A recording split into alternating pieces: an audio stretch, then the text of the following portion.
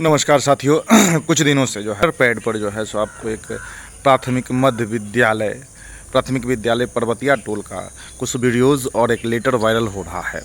उस लेटर में ऐसा लिखा गया है कि स्कूल की भूमि को लगातार अतिक्रमण किया जा रहा है और स्कूल के जो चार दीवारी है उस पर चिपड़ी वगैरह पाथी जा रही है।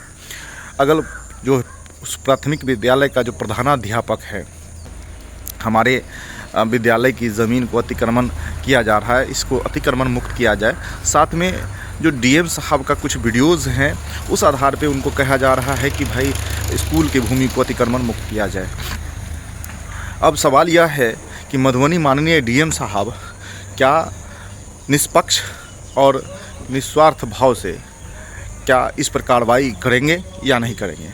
देखिए, इसी पंचायत का बहुत सारे मामले ऐसे हैं जिसमें स्कूल की भूमियों को जो लगातार कब्जा किया जा रहा है या कब्जा करने के प्रयास किया जा रहा है। सरकारी भूमि जितनी भी भूमि है जो गैर मजरूआ आम और गैर मजरूआ खास है, उस भूमि पर या तो तालाब बन सकता है, या तो कुआं बन सकता है, या तो नाली बन सकती है, या तो सड़क बन सकती है, या तो विद्यालय बन सकता है, मदरसा बन सकता है, संस्कृत विद्यालय बन सकता है। तो लगातार इस सरकारी भूमि पर यही सारी चीज़ों का उपयोग होना चाहिए, क्योंकि भारत देश एक संवैधानिक देश है जो सेकुलर रूप से रूल कर रहा है भारत संविधान में।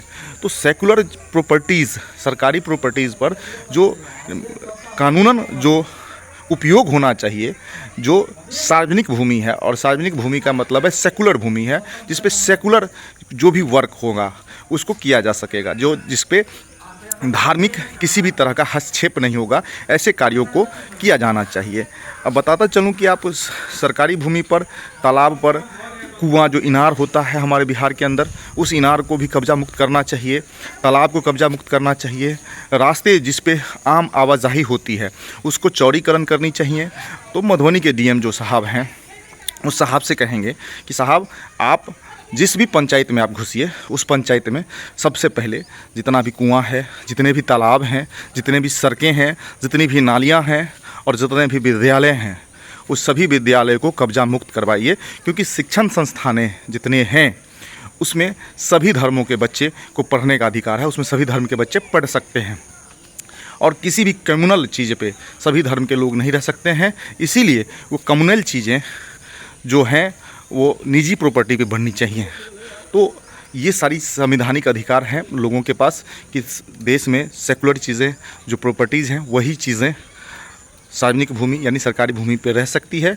सड़कें रह सकती है, तालाब रह सकती है, नाली रह सकता है, स्कूल रह सकता है, स्कूल कॉलेज रह सकता है, सामुदायिक भवन रह सकता है, आंगनबाड़ी रह सकता है। और जहाँ जहाँ तालाब पर और जहाँ जहाँ जो है सो कुआं को अतिक्रमण किया गया है, जहाँ जहाँ सड़कों को अतिक्रमण किया गया है, उन सभी चीज़ों को आप कब्जा मुक्त कराने का प्रयास कीजिए। निष्पक्ष रूप से, किसी भी भेदभाव मुक्त होकर के, किसी के जो है चाटुकारिता से मुक्त होकर के इस पे कार्रवाई कीजिए। सभी लोग आपको बहुत दिलों से स्वागत किया जाएगा।